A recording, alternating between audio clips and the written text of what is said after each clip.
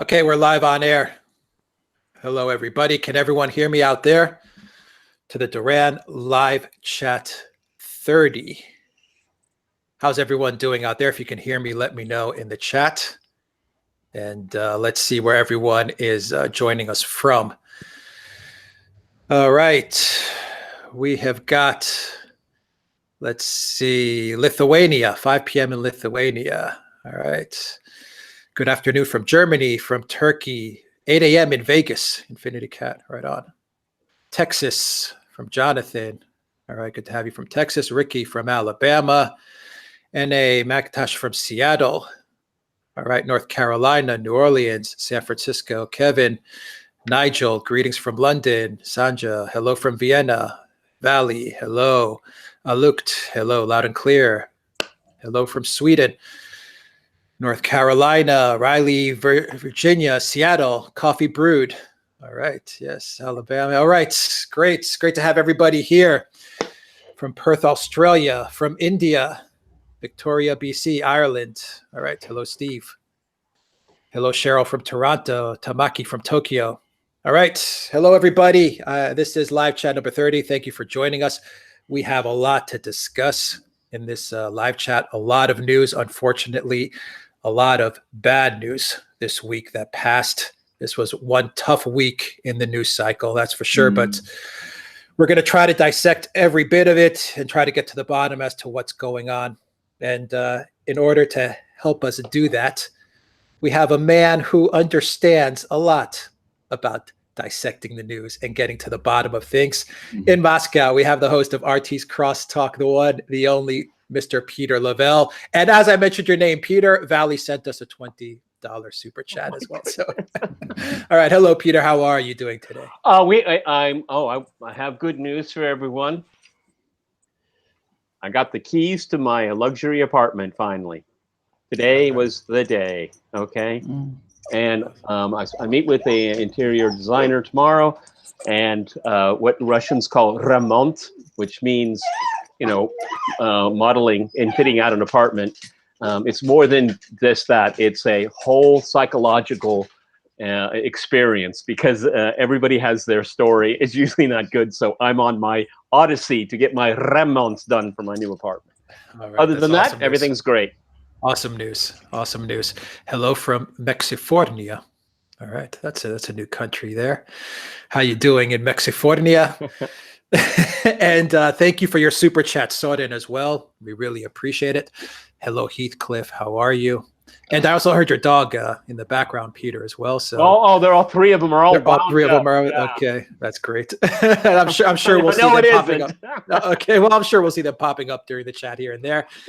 And we have in London, back in London. He was in Athens briefly, and we did a live chat over a cup of coffee when he was in Athens. But the Oracle of Athens is now back in London, and we can call him once again the Oracle of London, Mr. Alexander Mercouris. How are you doing, Alexander? I'm very well, Alex. In a country which is not so well, I have to say. We will no doubt be talking about that in our program. A lot of concern here and a lot of unhappiness. But I myself am fine, and my dogs are wonderful. And one of them is just sleeping next to me. I can almost touch her.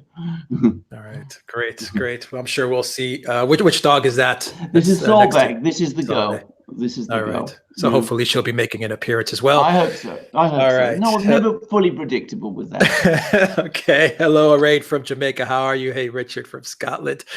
All right, guys. Goberwala, Mercouris is the best. Yeah, Mercouris is pretty good. I second the motion. Oh, all right. Peter.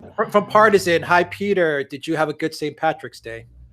It came and went without much notice in Moscow. Sorry, but I did recognize it and had my usual bevy of beer celebrating, because I am of Irish ancestry. All right. Yes. All right. Hello, Jenny from Singapore. Okay, guys, we're going to start this live chat, and in the live chat, I put a title of Democracy and Censorship. I kind of wanted to encapsulate what happened this past week, and I think as I was seeing a lot of the news stories unfold, whether it was Brexit, whether it was the terror attack in New Zealand, whether it was the revelations from the Steele dossier, the testimony from Steele, to Lisa Page, Peter Strzok, Bruce Orr, and how they tried to undermine the US elections, or Macron saying he's going to come down pretty hard on the yellow vests and put some more censorship in France as well. We saw kind of, I think, in my opinion, we saw very clearly democracy really taking a back seat and censorship kind of moving to the forefront. And so if it was like a seesaw, and you could say that they were pretty balanced for a little bit of time, or at least to the public eye, they seem balanced. I think the scales have definitely tipped, and democracy is really getting taken away from us. It's becoming very obvious that it's getting snatched away from us. And we're seeing a lot of censorship drive the news cycle and the news narrative. So on that note, Alexander, one of the big stories was the democracy that wasn't to be in the UK. What is going on in Brexit? There was a couple of questions on Brexit before the show, and I'll read them out to you, and you can comment to those, Alexander. And it comes from Marcus, and I believe Marcus is in Sweden. And he posed two questions. How probable is it that the House of Commons cave on May's deal? And if it does, is there a new way out for a future government to leave properly? And since the Tories and Labour both ran on Brexit, and now they betray their electoral promises, is there a way in Britain to check the candidate of your liking at the polling station, not only the party, or is it up to the party to appoint a suitable lackey for that constituency? Right. Let me deal with the second question first, because to my mind, that goes directly to the underlying theme of this live that we're doing today, which is democracy and censorship. We had a referendum in 2016. The question in that referendum was very clear. Do you want to leave the European Union? People voted to leave the European Union. It was a clear majority, not the narrow majority that people are saying. It was the biggest vote in British history. And it was a very decisive majority in England, which is the heartland territory of the United Kingdom. The British people and the English people were invited to express their wish. They were told by the political class that that wish was going to be honoured. And what we have seen instead is 2 years of intrigues, a deal put together by a prime minister who voted Remain, but which she said she would deliver Brexit, which in most people's opinion, including mine, doesn't really deliver Brexit at all. And it is impossible for me to see how anybody can call this a development in any way democratic. Moreover, and we now turn to the point about censorship, the entire media in Britain, except for one newspaper, which is the Daily Telegraph, which has always taken a pro-Brexit position, has supported this whole shift, this whole campaign to undermine Brexit. Not least, of course, the BBC, which has always been opposed to Brexit, and which essentially makes that very clear in the way it reports these issues. So we have seen democracy thwarted, we have seen censorship. Now, to come to the two questions that Marcus in, I think, Sweden posed, it is very difficult in Britain for people to pick a candidate in a general election. The two parties, we have a more varied political system than they do in the United States, but in most constituencies, political life is dominated by the two big parties. Labour, which is overwhelmingly Remain, Conservative, which is largely, but not entirely, Leave.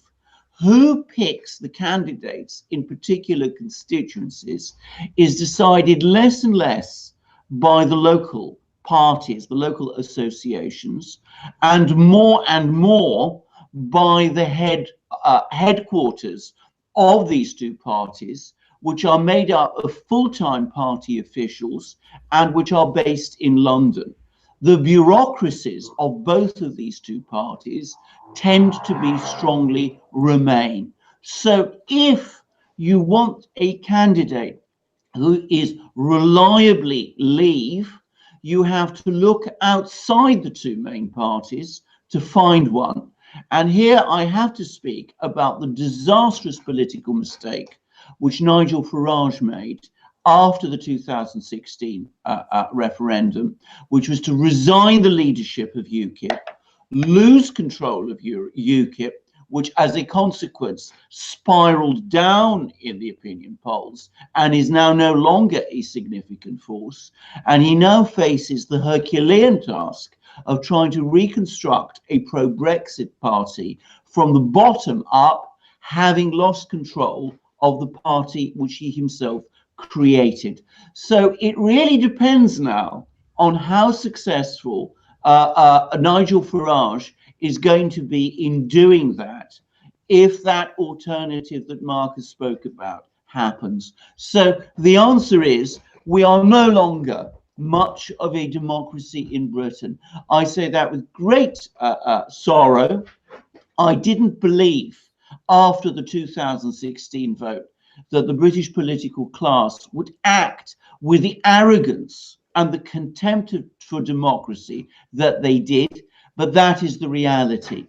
Now, turning to the second question that Marcus asked, what are the chances of the House of Commons voting Theresa May's truly dreadful deal down, one which will keep Britain in a customs union with the EU indefinitely unless the EU lets us leave it?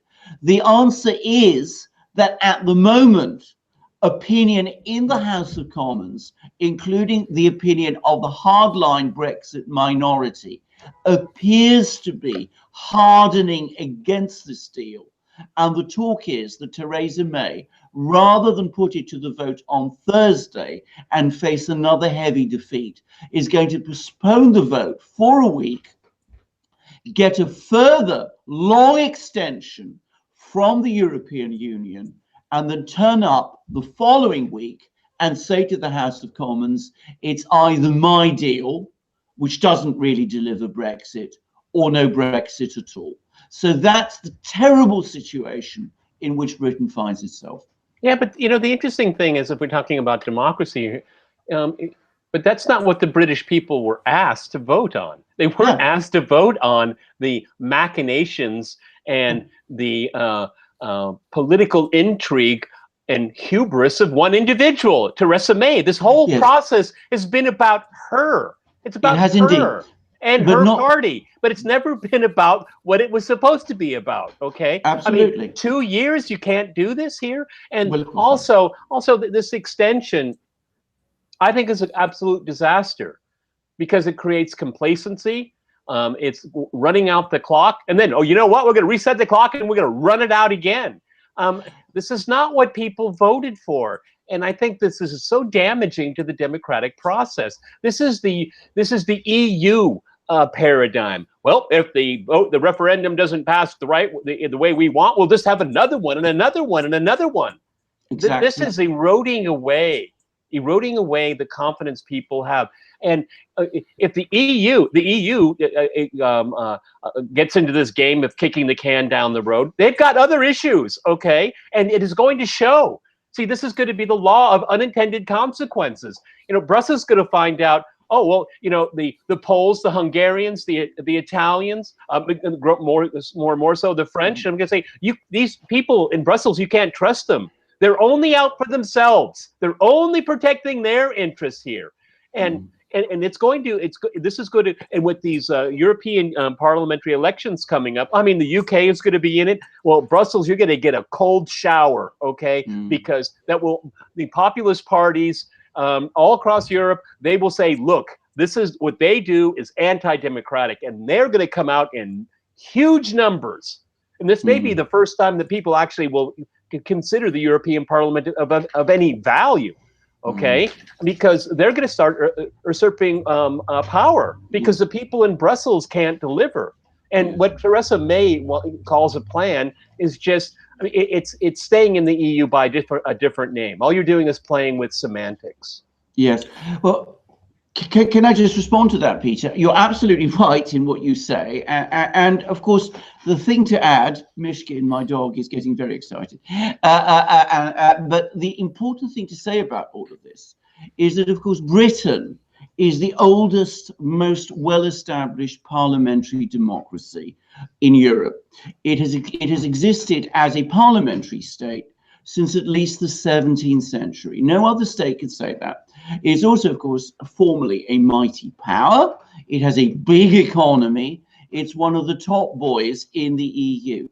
If even Britain cannot leave the EU, and if even Britain cannot carry out what the people of Britain have clearly voted for, then what chance anyone else? What chance Italy? What chance Greece? What chance Hungary? What chance Poland?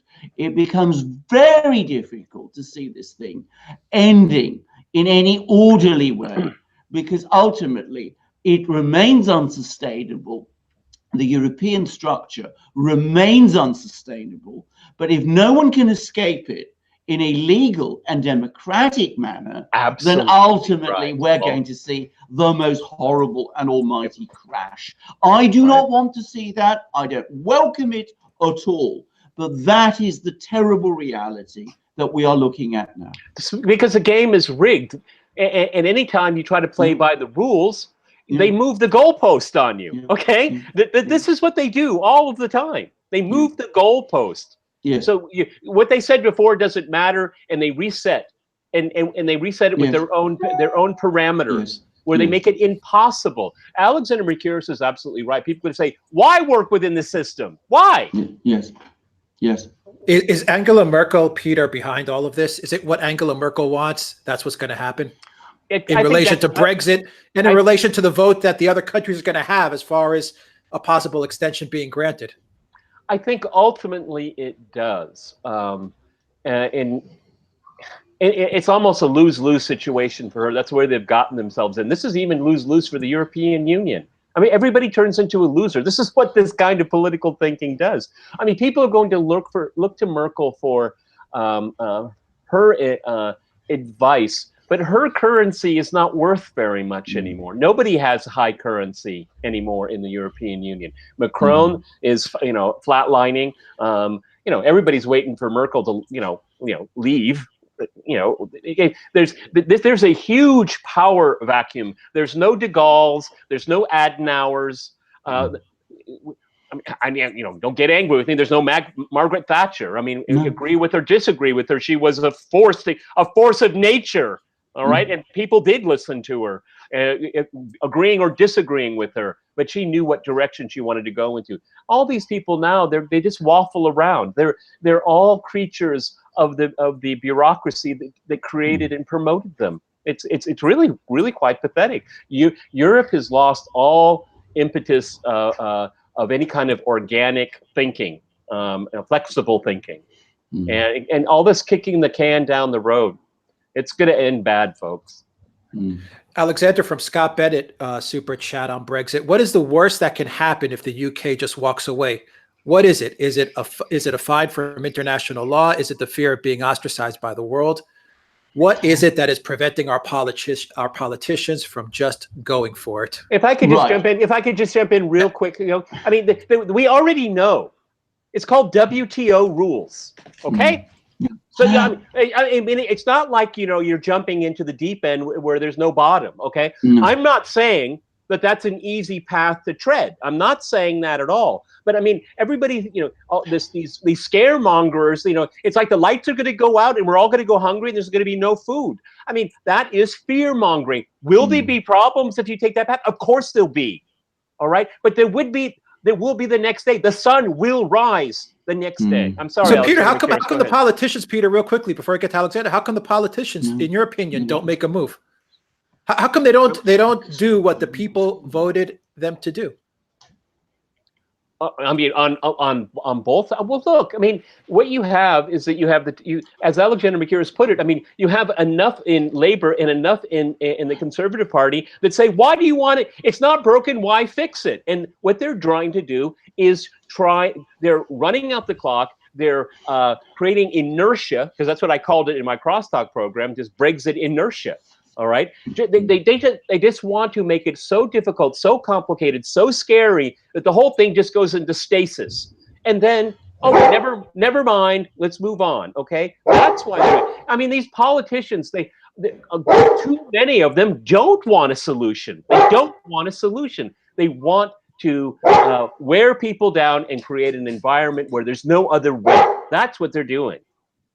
Alexander, your dog is giving us the cue for you to answer the question. Yes, I think so. Let me just say something. I mean, the reason the political class in Britain is so committed to remain is because it is part of the European political class.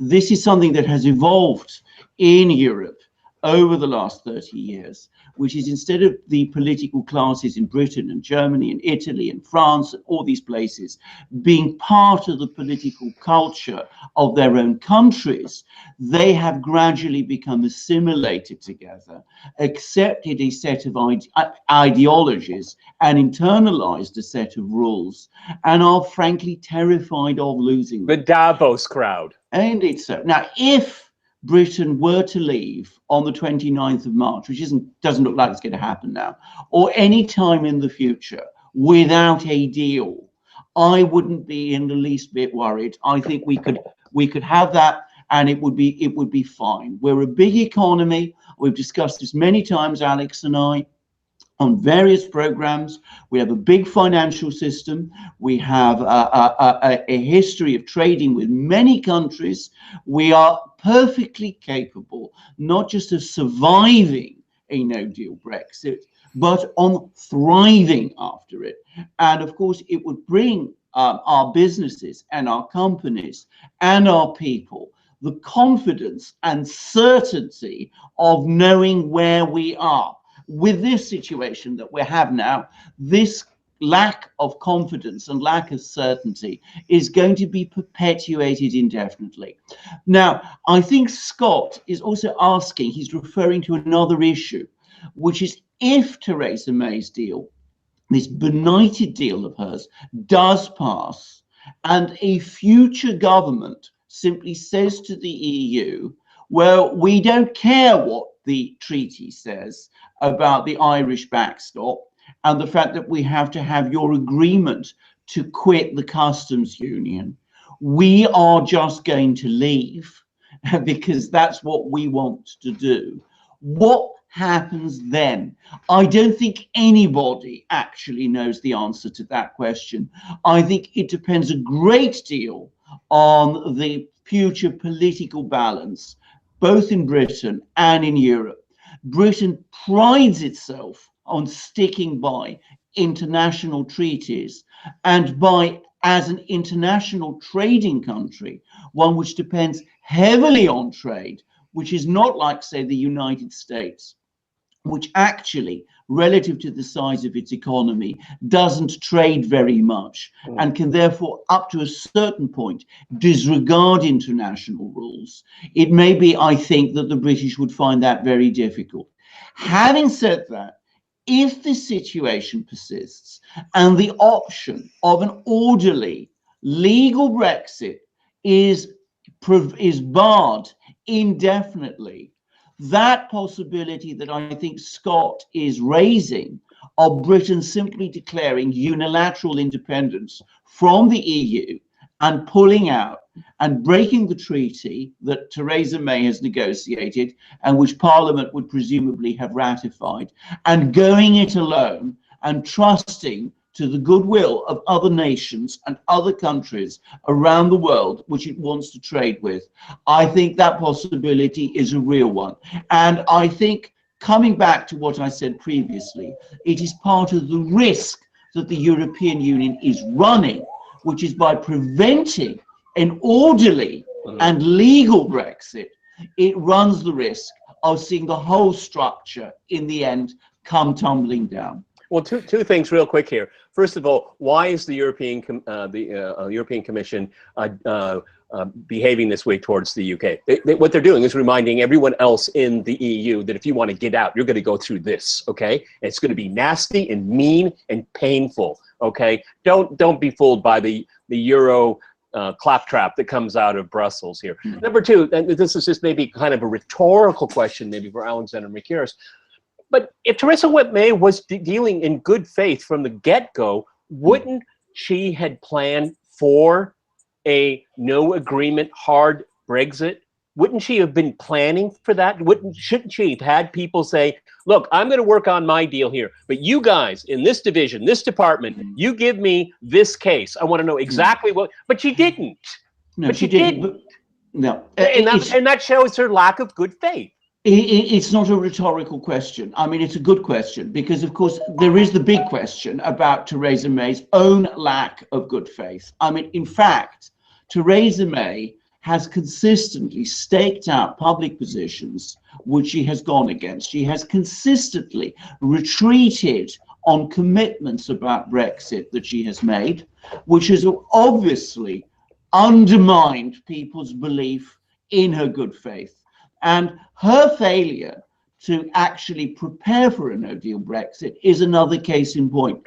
The one thing I would say about Theresa May is that I am never completely sure with this very strange person whether we're dealing with somebody who is acting out of some sort of benighted sense of conviction that as a Remainer she plotted this all along, or whether she is simply very weak and whether she finds it very, very difficult to control the anti-Brexit people within the civil service and within her own cabinet, including, for example, her Chancellor, Philip Hammond, who has sabotaged the whole no-deal Brexit idea right from the beginning.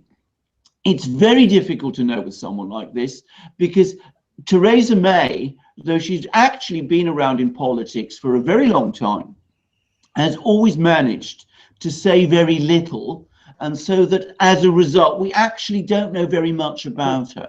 My instinct, my guess is that it is weakness rather than anything else which is driving her. But if you want to, if you choose to believe that she was plotting some outcome like this all along, then you may be right.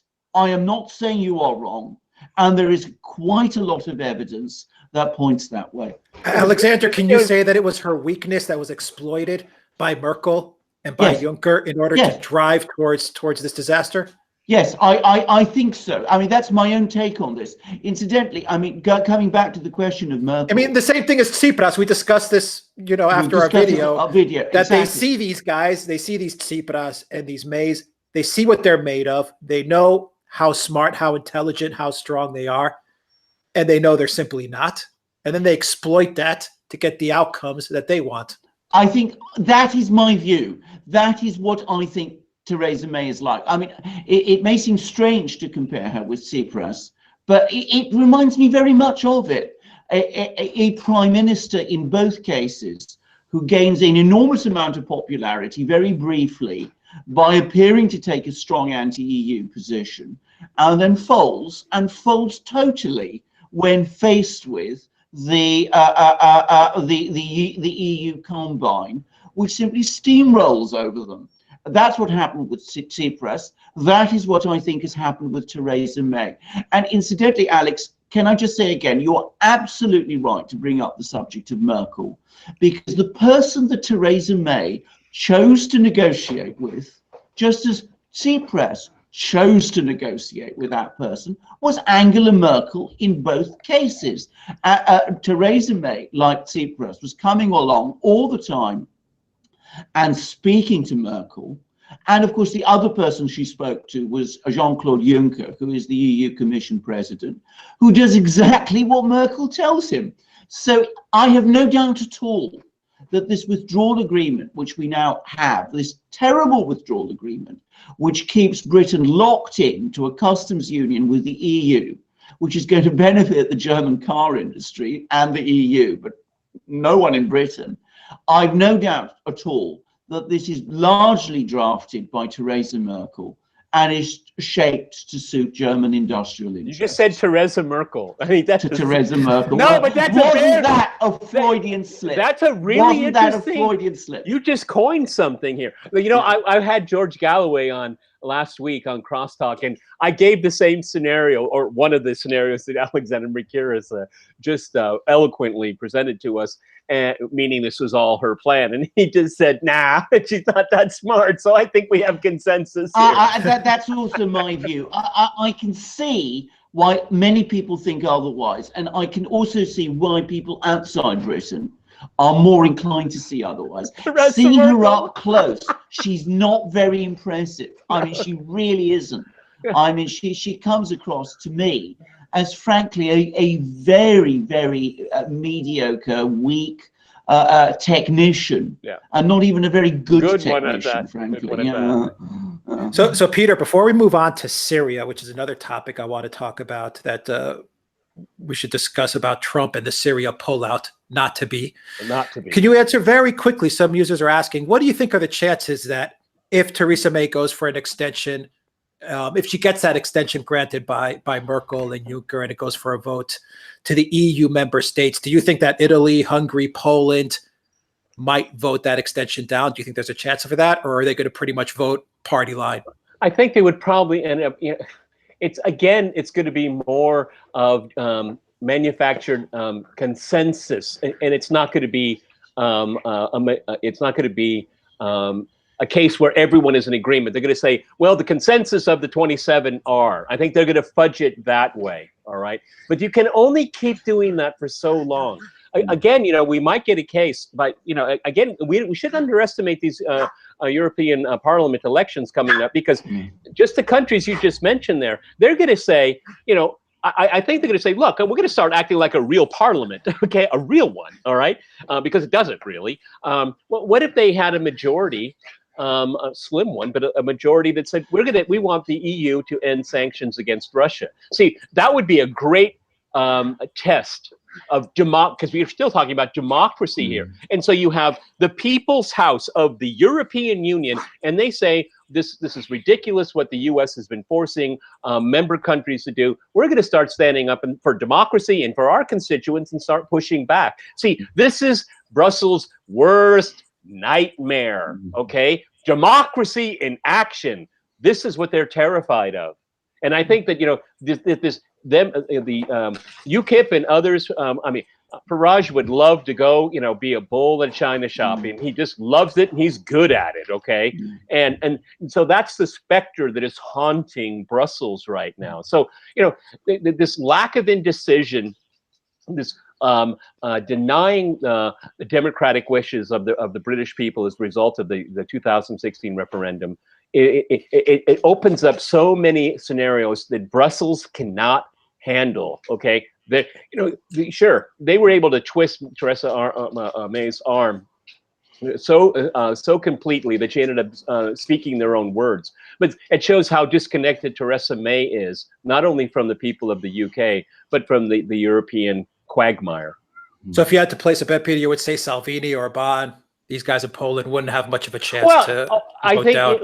that would give them a beautiful, wonderful opportunity to berate Brussels in its democracy deficit. I would say that at the very most, very least. Would they go further?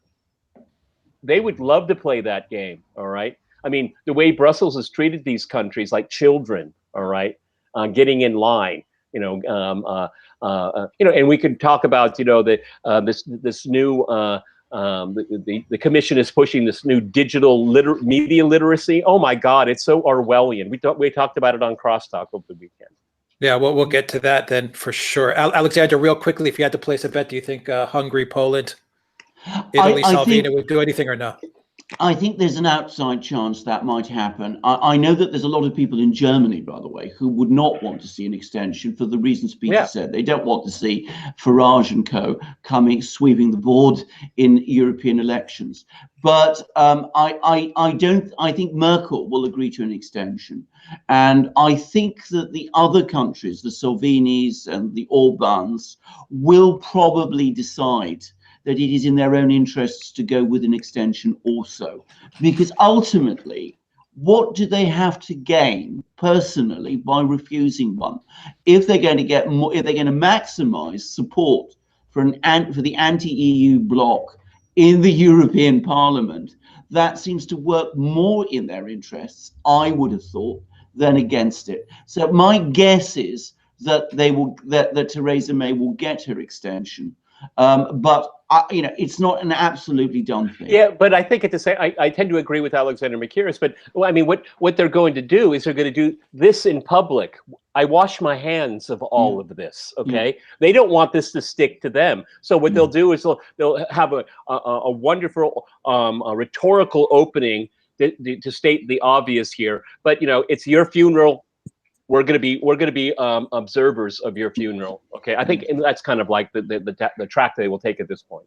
Yeah. All right, Peter, let's switch gears to Syria. Trump campaigned and he won the election largely based outside of the wall, largely based on pulling the U.S. out of entanglements and military interventions.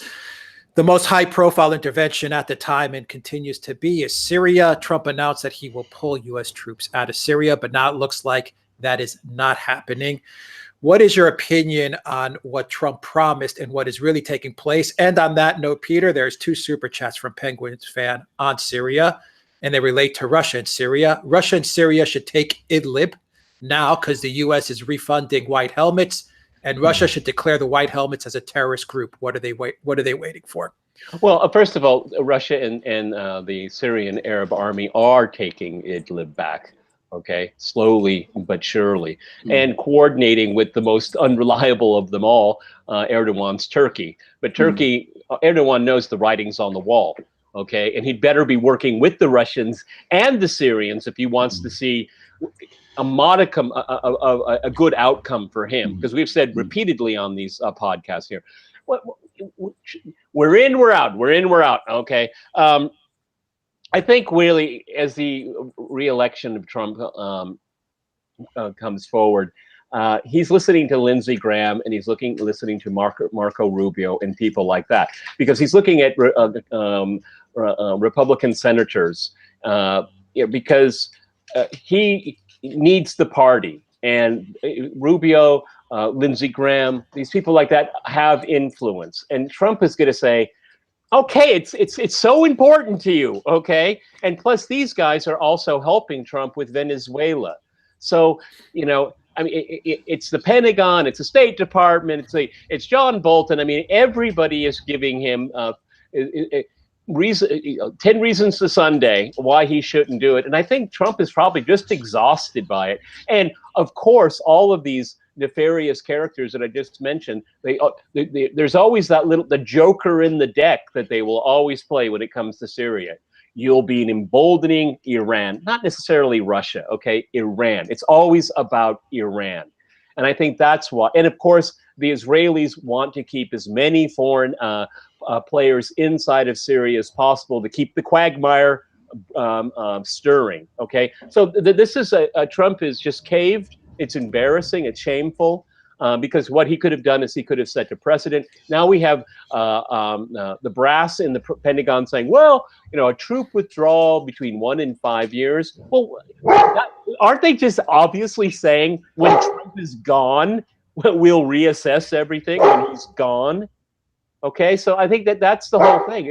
He cannot get his own administration to fulfill his policies. But if he could do it with Syria, it would set a precedent for him and get some momentum.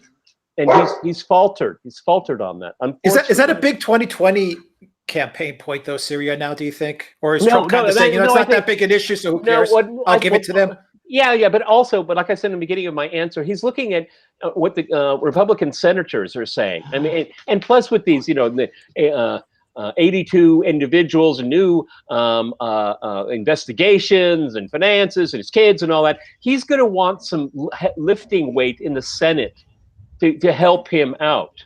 And again, Lindsey Graham and Marco Rubio and others are saying, look, the election's coming up and we got to go face this together and we have to go on the stump with you. But, and Syria is one of them. No, it's so much bigger than that. It is withdrawal. Withdrawal must mean defeat.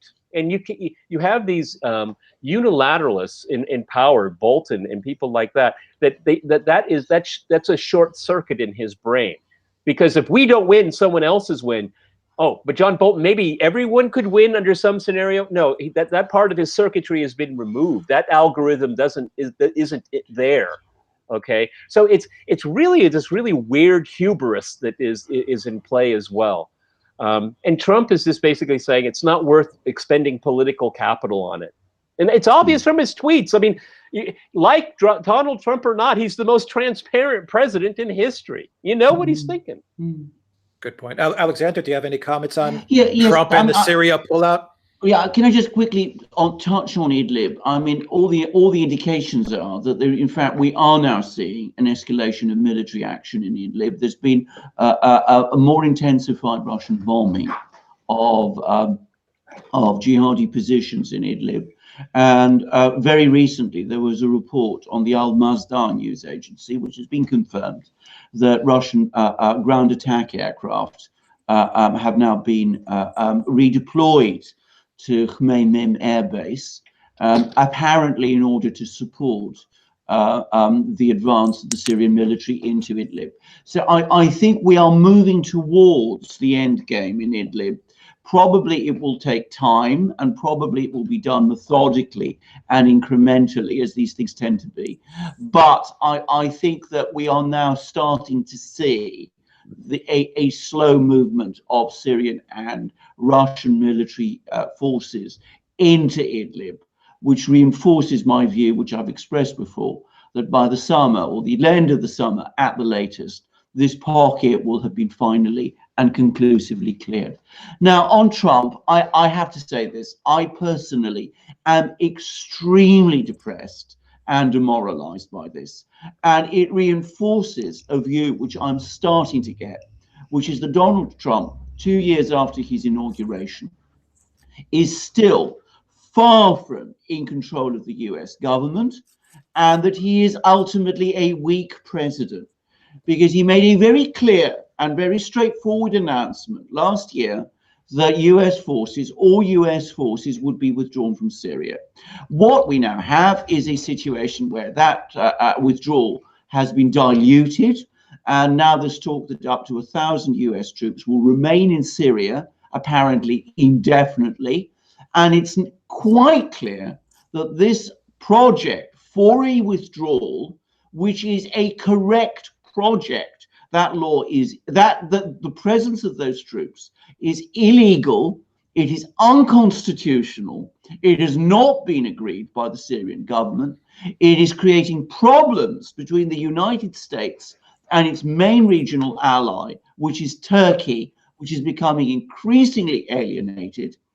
It is increasing instability within Syria itself, and it is setting up these troops as an eventual target for whatever insurgency, anti-American insurgency, eventually evolves in this area. All of that apparently is being set aside, and because of the wishes of the neocon establishment to keep this war going indefinitely, and a president of the United States, it seems, has no power to reverse it. Now, that seems to me to show that the United States no longer has a constitutional government anymore, because it is quite clear that the president's decisions on an issue like this carry no weight whatsoever. You know, the interesting thing is here, again, these neocons just don't understand the concept of logic. See, by keeping American troops there, it keeps the Assad government dependent on Iran. But if the American troops were to leave, what is going to be Syria's primary objective? Rebuilding.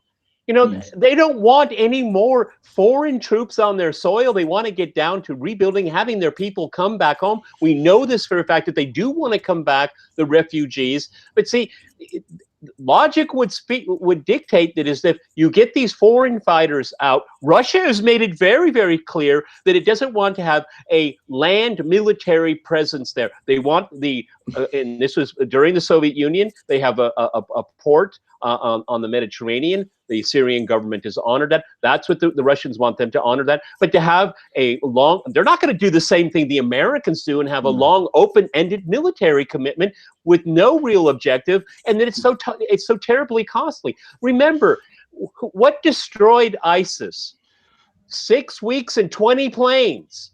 The Western media will never tell you 6 weeks of a concerted Russian campaign with 25 planes running sorties day and night. That destroyed ISIS. Why is all of these foreign powers and their jihadi proxies, they wouldn't able to affect a political change one way or another. In 6 weeks, Russia did that. It never gets the credit. And I'm not just pumping up Russia. That's a fact. So the American troops that stay there keep this quagmire brewing and churning, and it actually creates an outcome that the neocons say they abhor. That Syria and Iran will have a strong relationship. They're the ones that's keeping that relationship together. Yeah, right. Peter makes an extremely astute point.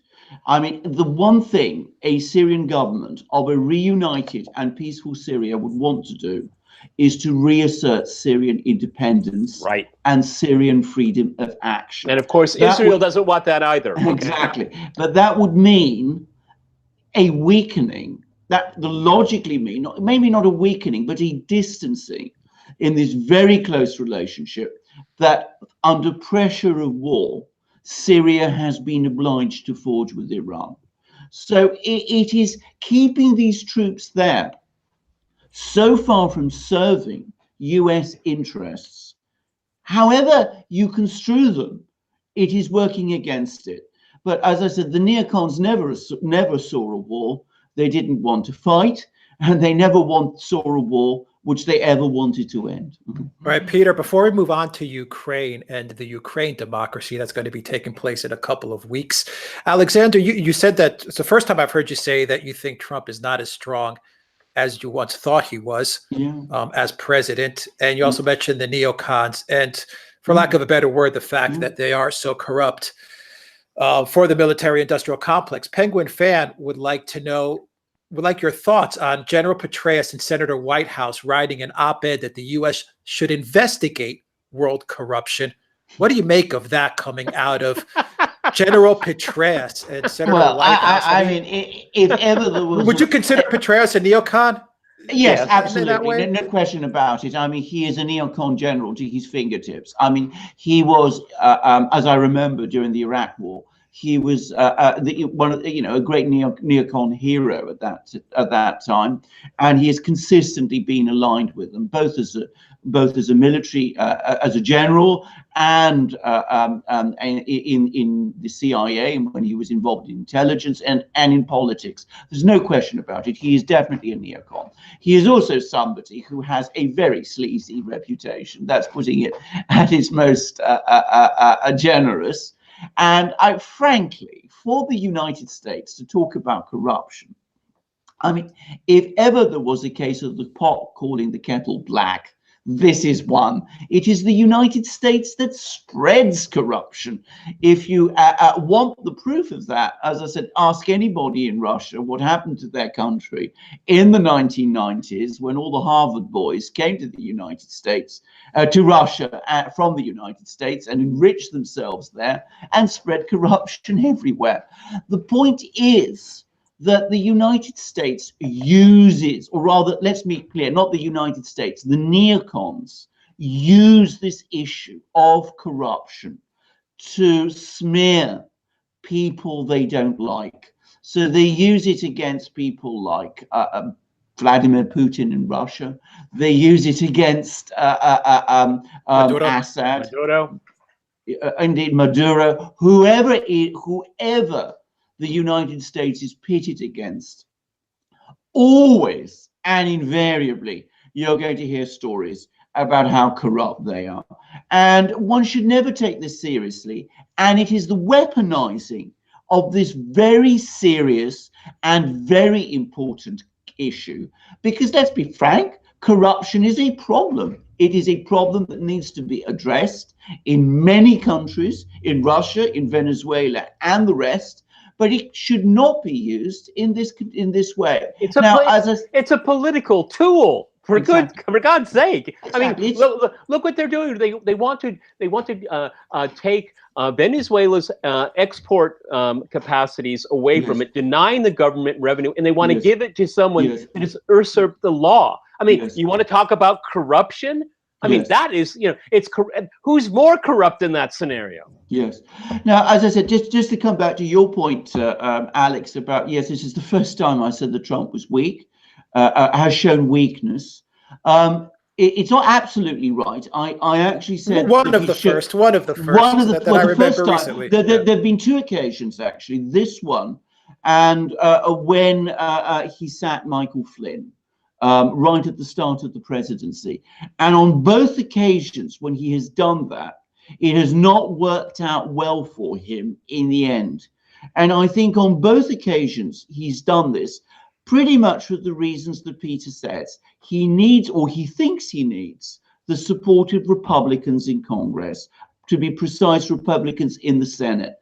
But by appeasing these people, he's not in the end making his position better.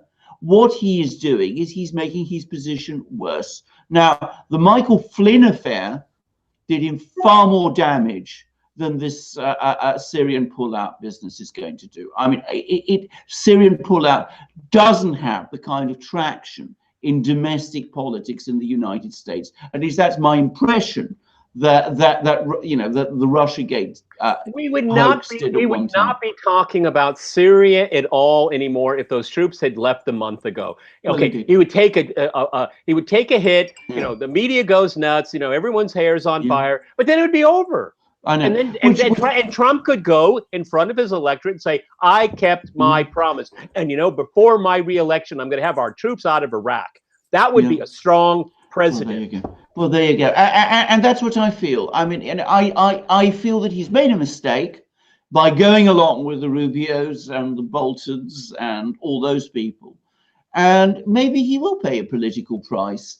But the fact is, if he doesn't feel strong enough to do this and to stick to it, I mean, it also highlights his political weakness. Yeah, when Trump plays politics, that's when he's at his weakest, I think. I agree. When he gets out when he's rallying in the middle America and he's, talking on the stage and he's one of everybody else and he gets that vibe and he gets that energy, that's when he's at his best. When he plays politics, he's at his worst. You are absolutely right, Alex. And can I just say, I mean, we're both Greeks, so we may know a little bit about Greek mythology. There's a giant in Greek mythology called Antaeus. When he touches his own soil, like Trump touching his political base, when he goes before his own people, like the giant Antaeus, he is invincible. But when he is away from that base, he tends to lose his way. And that's, I think, what has happened here. He has never really got to grips with the Washington swamp. He's never really known how to fight it. Yeah, but we can be very critical of Donald Trump here, but it's his fault that he has very limited spectrum of opinion presented to him. He's presented with Coke and he's presented with Coke and Pepsi. When he should be looking for Red Bull. Okay, I mean something different. Okay, and so he's given limited choices. They're false choices. Yes. Okay, because they always end up with the same conclusion. Yes. So that's a weakness there. I mean, look, when Gerald Ford became president after Nixon resigned, I mean, Henry Kissinger was national security advisor and head of the State Department. Gerald Ford said, "You've got too much power. I'm the president of the United States. You choose which one you want." Okay, because he wanted to take the mantle, the reins of power. And what we've said so many times here, Alex, is that, he wants his wall, okay? And he's willing to put all of his political eggs in one basket. Yes. And he can't get his own party to do that. So I'm sorry, this is not the art of the deal. It's not, okay? And he shouldn't be power brokering with his these not so reliable Republican allies. He should be getting his base to get the people that they voted in power to do things. But he lost his first 2 years. The wall could have been done in 2 years. And I'm not talking up the wall for the wall's sake here. It would have been a political victory. You need these things. You need victories. And victories create other victories. It's the Matthew concept here. The more power you have, the more power you will get. Okay? It's called the Matthew principle. And the tax cut, I'm sorry, guys, but tax cuts are just not sexy enough, okay, for a lot of people, and it can be ephemeral. And look at the whole trade, quote unquote, war with China. It was always going to be more complicated than he made it out to be. And the cold reality, it's hitting him in the face. Is that, yeah, we could get a deal, but it's a lot more complicated than you think. And the North Korean thing as well. I mean, we all know that when he arrived in Vietnam, I mean, we were all very, very skeptical that there was going to be, the pens would be flowing across documents and it would all be done. We all knew it was going to be a lot more complicated than that. So that, it's the people, it's the company he keeps. That's his biggest weakness. Yeah, that's a good point. Very good point. And on that note, Peter, let's talk about the elections in Ukraine that are coming up. We talked a lot about corruption, and Ukraine has been bogged down in corruption now for decades. You know the situation in Ukraine very, very well. And I want you to talk a little bit about Ukraine. There were protests last week, though. If you watched the Western mainstream media, you would never know that there were, neo-Nazi elements, to say it mildly, in front of Poroshenko's offices, and they were protesting, and things did get violent. They got out of hand. RT covered it really well, but not many other outlets covered it. We did a video on the protests as well, and the disruptions in Ukraine and Kiev. And with that, Peter, there is a question, a super chat from E. Ray Reichley, who says, today is the 5th anniversary of the Crimea annexation. Yulia Tymoshenko, also known as the Gas Princess, is running for office to replace Poroshenko. Just how the heck does she plan to convince President Putin to allow Crimea back into the hands of Ukraine?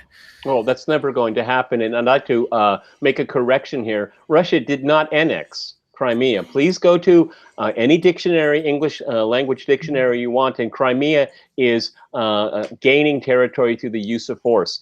What happened, there was a democratic election and people decided they wanted to join Russia, and Russia accepted. So there was no annexation. And I'm not trying to play semantics with people, but I'm using words as they properly mean, okay? Crimea will never return to Ukraine. Full stop. That's over, okay? Get over it. It's not going to happen. Yulia Tymoshenko's name was mentioned. The Gas Princess. Yeah, she's the only Ukrainian politician since Kuchma that can actually make a deal with the Russians. All right, she can do it, and she's cold-blooded, cold-hearted, and she's brass tacks. I just complimented her, didn't I?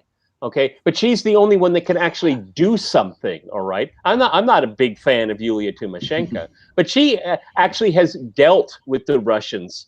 Okay, not just this rhetorical garbage that comes out of Poroshenko's mouth, 24/7. He doesn't understand the realities of politics, but he's beginning to understand the realities of the street. Okay, some of these neo-Nazis that were protesting, they very well may be election observers during the presidential election. So here are these thugs going around, and they're going to be observing. I wonder if they're going to be intimidating, okay? This is what it's gotten down to. The European Union's policy towards Ukraine has been very, very wobbly and out of focus. I think once the coup happened, they thought things would, happily ever after story, but that's certainly not the case. I mean, Ukraine's in a sense of stasis right now, and indecision. And of course, you have the neocons in Washington that want to send even more arms. That's not going to save Poroshenko. Mark my words. I'm pretty sure unless they pull saving Boris like they did in 1996 here in Russia, where they rigged the election, if they can't rig it in Ukraine, Poroshenko will probably fly out that night. And who knows where he'll go, because he will not be safe. Okay, that's how illegitimate the political process is in Ukraine right now. Alexander, do you think the Russians will talk to Tymoshenko after she made those threats a few years back about nuking Russia? I think they will. I think the Russians have dealt with Tymoshenko. I think they know her quite well. And in fact, I heard rumors, which were quite well sourced, by the way, that before the 2010 election, Putin actually preferred Tymoshenko whom he considered more reliable and more intelligent and the than devil you know. Yanukovych. The devil you know. The other thing to say about Tymoshenko is that she is very, very much staked her future as a possible president of Ukraine on improving living standards in Ukraine and in bringing fuel prices in Ukraine under control. Now, I think she's intelligent enough, and she is intelligent, to realize that she can't do that without some kind of understanding with the Russians. So I think she would want to deal with the Russians in some form. I think the Russians would be prepared to deal with her. I don't think that she's prepared to go so far with the Russians as to do a deal that is going to set aside all the various accumulated problems that have been building up between Russia and Ukraine since the Maidan coup of 2014. I don't think she can by herself, reverse all of those processes. But I would guess that we would see, if you like, a kind of thaw if she was to become president. I have to say, I don't think it's very likely that she will become president. I agree. At the moment, the opinion polls don't look terribly favorable for her, just as they don't look terribly favorable for Poroshenko. Because even though Tymoshenko is far and away, in my opinion, the most intelligent of the three candidates, she has such a checkered past in Ukrainian politics that I think there are many, many people who will never accept her as president under almost any circumstances. My own personal view is that Poroshenko isn't going to win. I think we are going to see this man Zelensky win the election. I think the Western powers have largely given up on Poroshenko. It's remarkable that there's been no people from the West coming around to Ukraine to meet with him. They were in the Maidan, though, weren't they? Exactly. But I mean, you know, they're steering very clear of him now. There's been critical articles about him published by none other than the Atlantic Council, which is NATO's think tank, which is, you know, how extraordinary that is. And it looks as if even the extreme right, the neo-Nazis in Ukraine, and they're not neo-Nazis, they are Nazis in Ukraine, and they do exist, even though the Western media doesn't like to talk about them. Even they appear to have given up on him and to be turning against him. So I think he will probably lose. He will probably get through to the second round. I think this man Zelensky will win. And I think, just like Peter, that the very day after he loses, he will be on a plane from Kiev to Washington or New York or Switzerland or somewhere like that.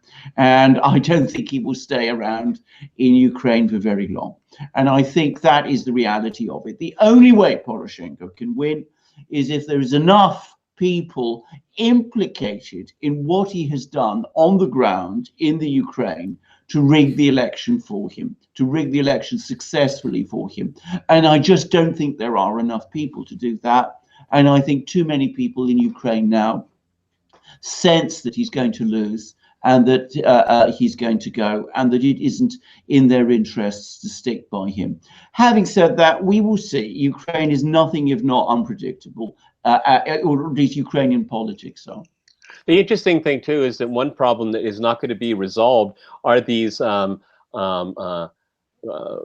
right-wing, neo-fascist, fascist militias that intimidate the government. And they are in the government. They're in the armed forces. They're in the state police. I mean, they've infiltrated here, and they are a power onto their own. So irrespective of who the president is, it's kind of like the problem that Trump has to face. I mean, the bureaucracy will not cooperate, all right? And Poroshenko had a moment to really clean house in the way that he would want. You know, the problem is, you know, I've said this before, you know, the problem with Ukraine is they never had a Putin, okay? When Putin came into power, he cracked heads to the oligarchs, people like Poroshenko, Kolomoisky, you know, I don't work for you, you work for me and the people, okay? And if you don't hear me now, I am not bluffing. And then you had the Khodorkovsky case, okay? Ukraine missed out on that opportunity to clean itself up. What has happened is that you have a government that is the prey of these oligarchs? I think Peter's absolutely right. I mean, Ukraine never had a very strong state at any time. I mean, we mustn't forget And the fact that a weak society, the worst exactly, of I mean, all exactly, possible worlds. Exactly. I mean, it didn't exist as a state before 1991, and the institutions that were created afterwards have never been very strong and have always been susceptible to corruption and have never enjoyed much legitimacy. But such of a state as it had was basically shattered by the Maidan coup in 2014. So we have seen all of these militias operating in Ukraine, all these ultra-right Nazi militias with all these men with guns in Ukraine. And the Ukrainian state, whoever runs it now, whether it's Poroshenko or Tymoshenko or Zelensky, is simply not capable, in my opinion, of getting control of them, of getting a proper handle on them. They have made it very clear through the protests that they have just been organizing to whoever takes over in Ukraine, who the power in Ukraine ultimately is. That, you know, maybe it's not them, maybe they can't actually control the government and the economic policy, but they have a veto on anything that the government wants to do. And that is a guarantee of further political paralysis and a further crisis in Ukraine going forward. So Alexander, Penguins fan, wants to know, what do you make of the US, Canada, EU sanctions against Russia, and how should Russia retaliate? Right. I'm going to say if you say that Ukraine is kind of, considered to be a lost cause among yes, many people. But Russia isn't a lost cause. Russia isn't. No. But I mean, the fascinating thing about these sanctions is, first of all, they took months to negotiate and work out. And when I read them, I have to say, I mean, it seemed to me much ado about nothing. I mean, they're not going to have any impact, any significant impact on the Russian economy or on Russian society. They're mainly individual sanctions against all sorts of important people in Russia who are just going to, shrug their shoulders and carry on doing exactly all the things that they have up to now been doing. I mean, one of them is personal sanctions against the chief of Russia's National Guard. Now, he's not going to pay any attention to any of this. They are totally ineffective. They are the worst sort of gesture politics. They have been done, I think, more for political grandstanding, mainly in the United States, than out of any real desire to help Ukraine.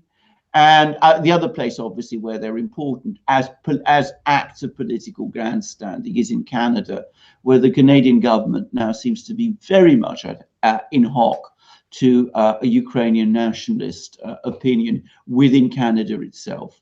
But in reality, they change nothing.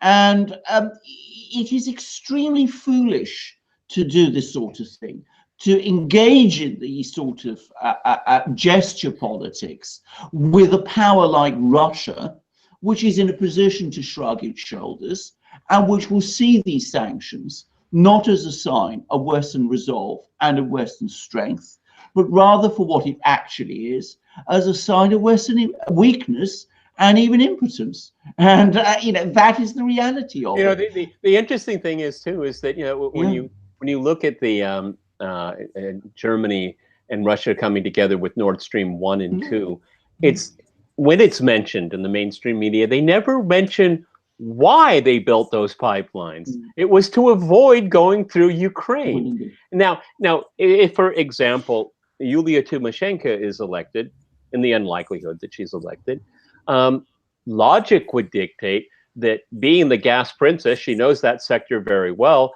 That was a good currency earner for the Ukrainian state, being a transit country. So let me give you this scenario. Ukraine, just out of economic necessity, somehow, under certain circumstances, repair their energy relations with Russia. What would that mean?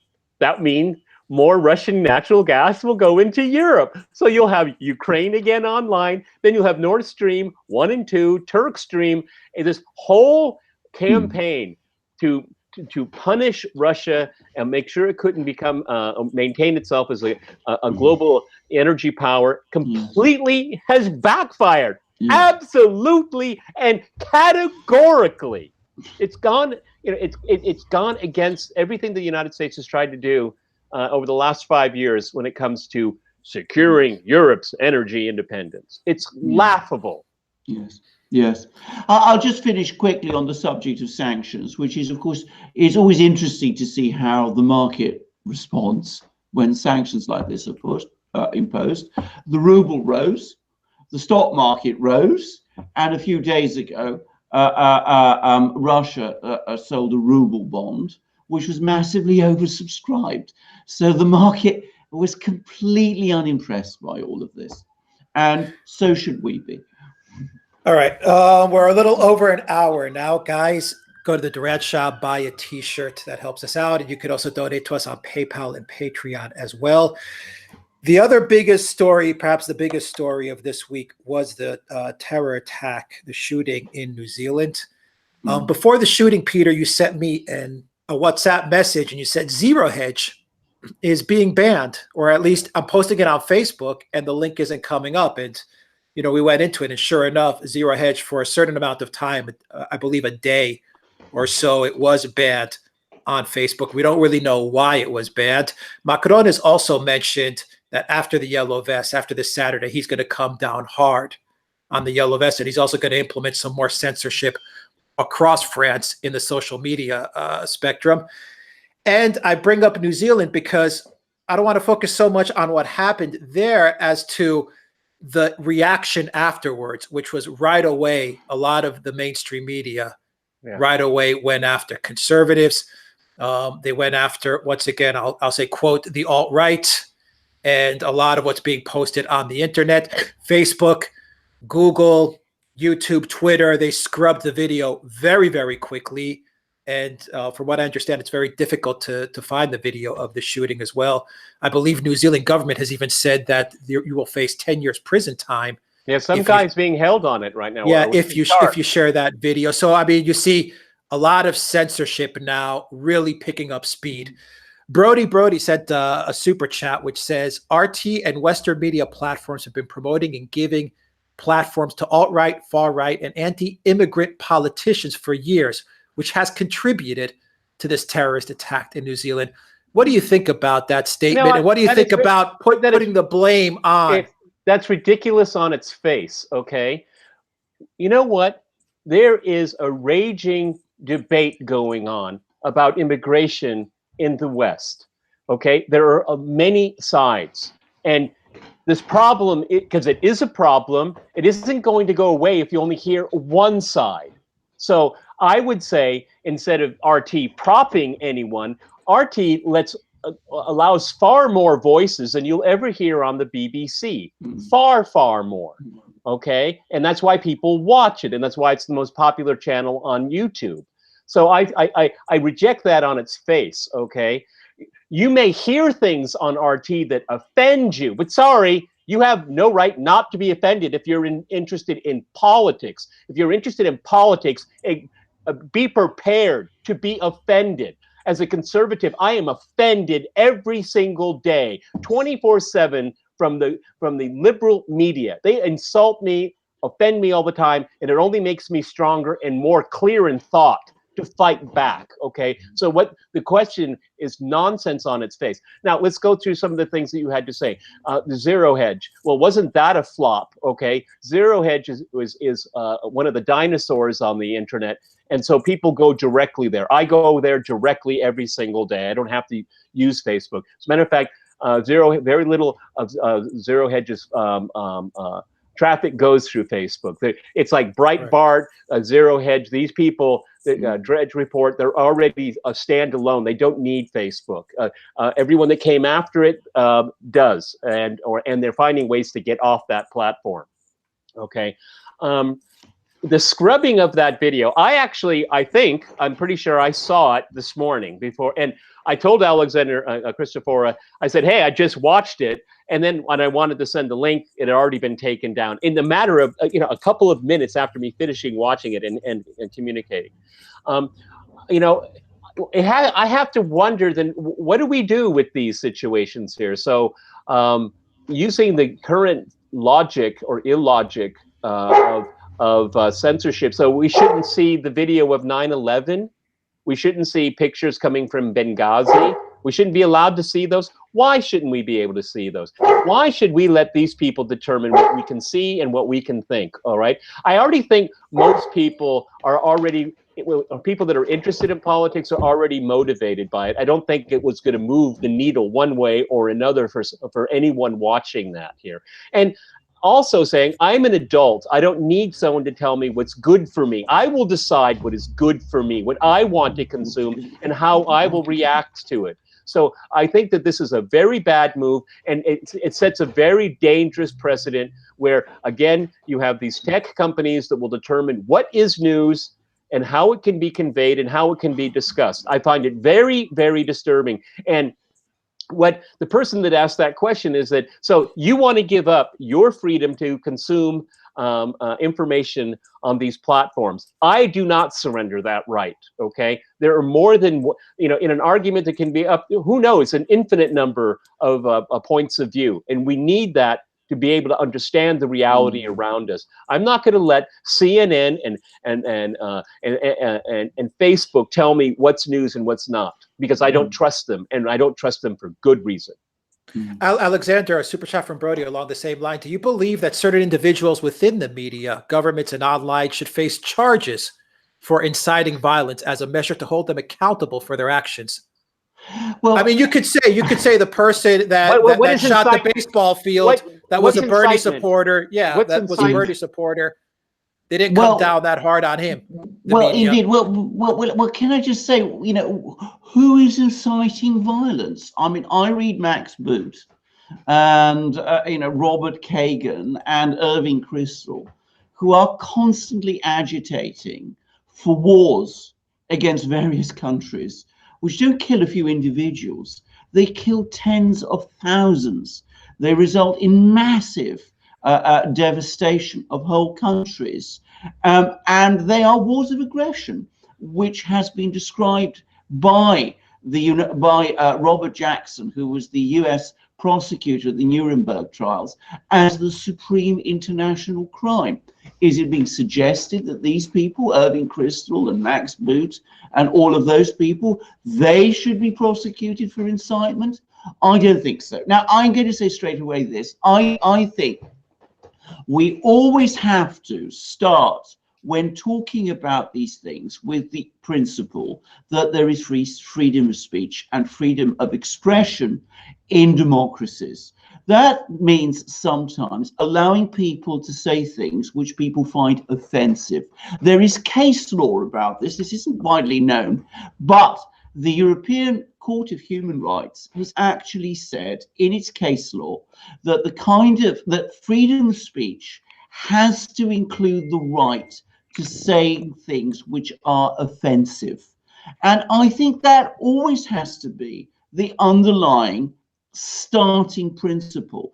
If somebody says, I don't like immigrants or I don't like immigration, that is not incitement to carry out a specific crime, and therefore it should not be prosecuted, and therefore also it should not be prescribed, because to do so is against the entire legal tradition and the entire human rights tradition, which is the foundation of Western democratic principles and thought. That, it seems to me, is the underlying point. Now, can I just say something else? And this relates to some of these videos which have appeared about, Christchurch, wherever. I can remember not so long ago, I'm sure Peter remembers it also, that in the Soviet Union, the Soviet authorities at that time had a policy that their television and their media would never publish any film that showed a terrorist incident on their territory, or violence, or accidents, or anything like that. And I can also remember how, when that used to happen, people in the West, quite rightly, in my opinion, used to criticize it and point to it as an example of what a profoundly anti-democratic and authoritarian society the Soviet Union was. What has happened now to make us change that view, so that we are now emulating or coming close to emulating those very same Soviet policies which, during the Cold War, when the Soviet Union existed, we rightly criticized?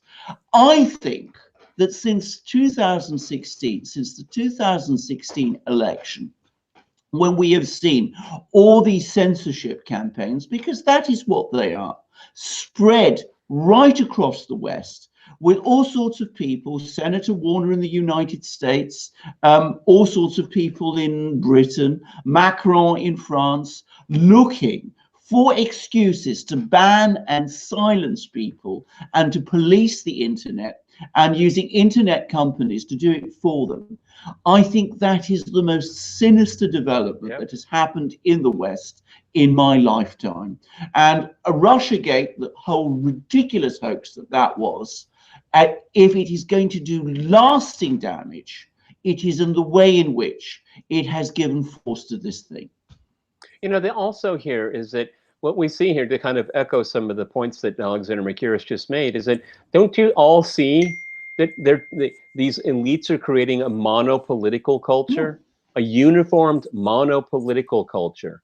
You know, the Media Matters going after Tucker Carlson because he's got a huge following. He's got the most popular program, one of the most popular programs on cable, and they want to go out and destroy him. All right. And also,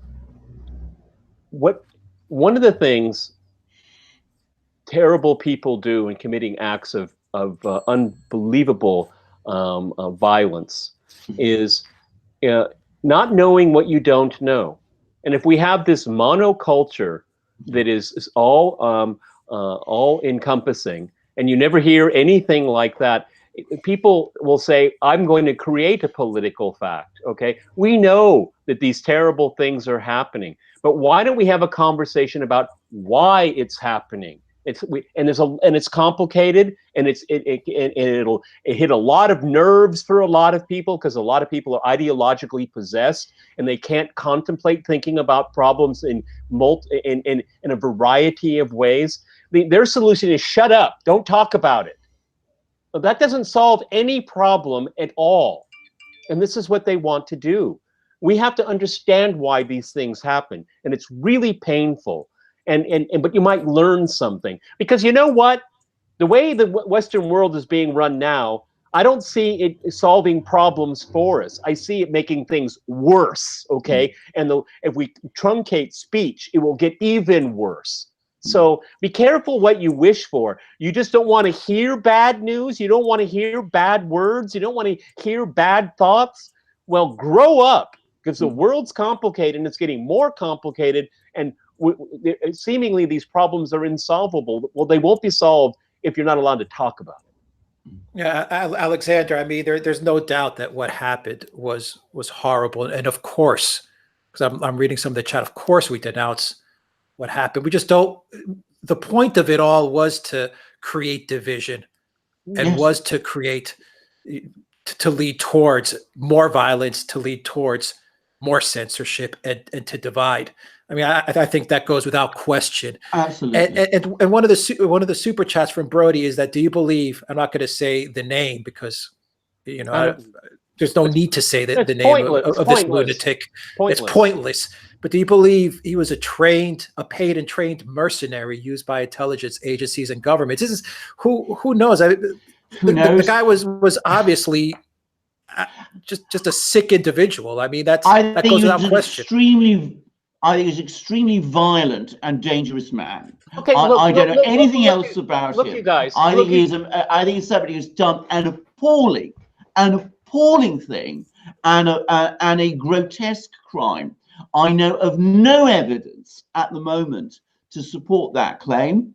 I would have to see evidence before I commented about it. All I know is that there was an appalling crime committed by a dangerous, very dangerous and violent man. And that, I think, is all, other than, of course, what Alex says, that this is a terrible thing, and one's heart goes out for the victims of this thing. But that is all, apart from those things, that I think it is possible at this moment to say. Look, you guys. Okay, Alexander Christoforou, you just said this guy was a trained and hired mercenary. Do we think? Do we think that it's a possibility? Yeah. We have no idea. Yeah, we have no idea. But let's go back to the previous segment here. But so if we're going to listen to governments and these tech companies and social media platforms and ban anyone saying that, well, you create a conspiracy narrative by doing that. Don't you see what I'm getting at here? You've got to let it out there, okay?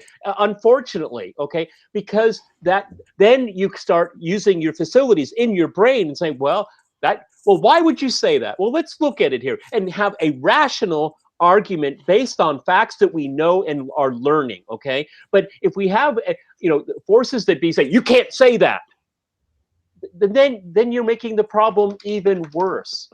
Just because you don't see it and talk about it doesn't mean it doesn't go away.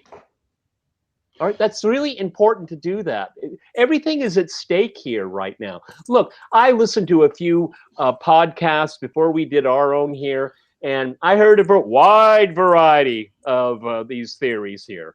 And, just go, okay, all right, where's your evidence? Okay, well, you don't have much. Okay, all right, what's the next one? And that's how I do things.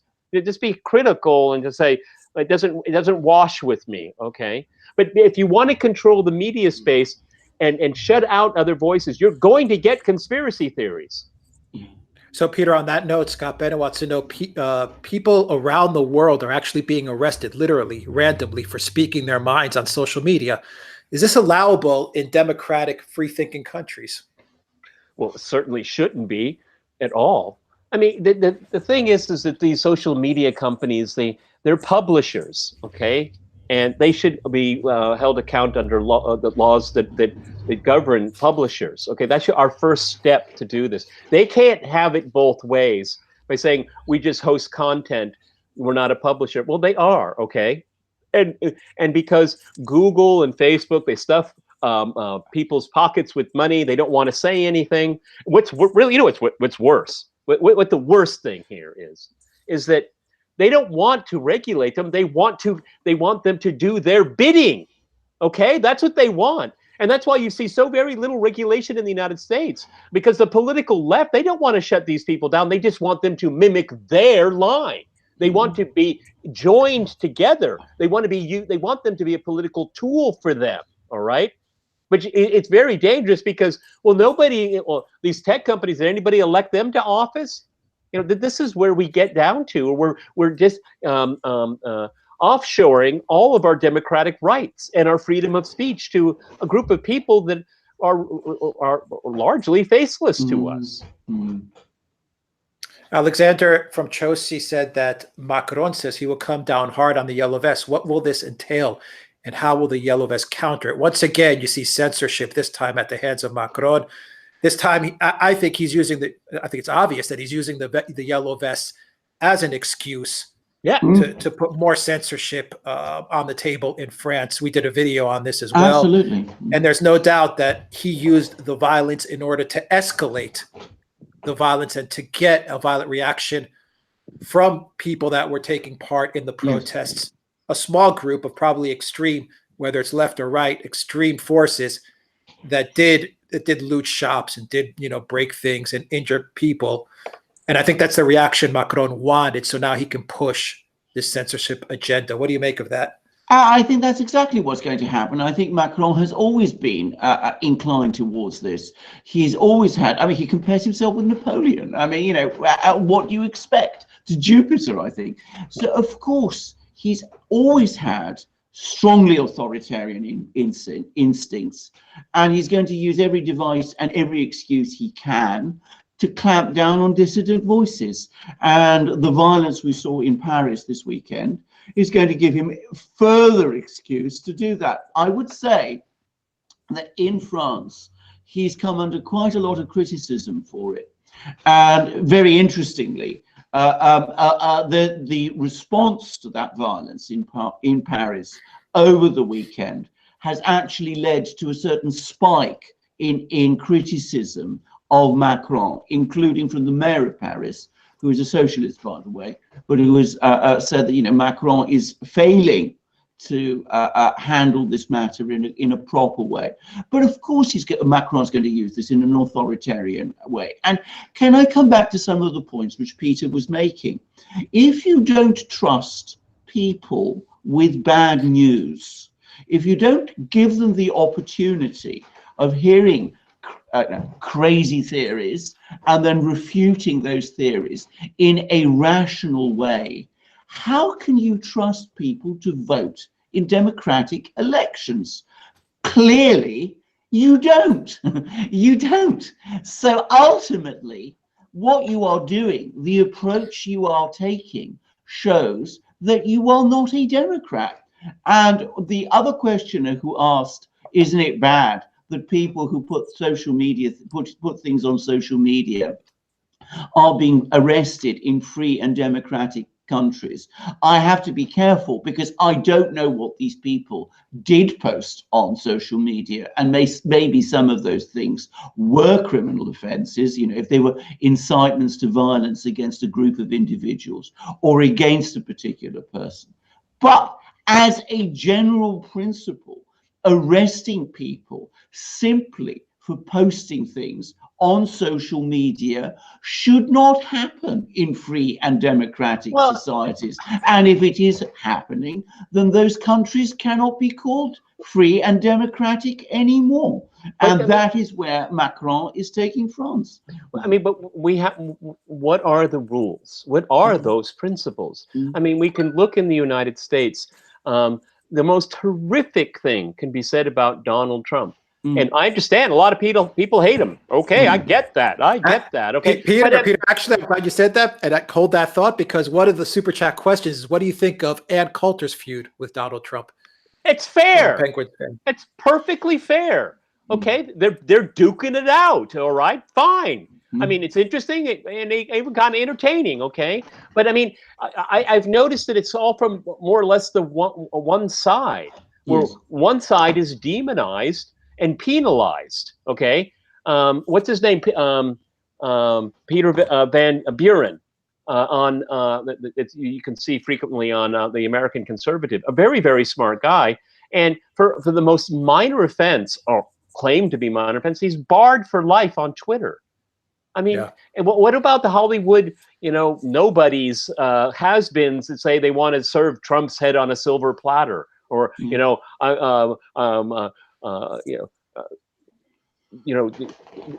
how many presidents have been assassinated? Maybe we need another one now. I mean, those people are still on Twitter. That's incitement of violence, but because Twitter obviously has a liberal bias, a left-wing bias. Okay, so I'm asking what the principles are. That's all I want to know.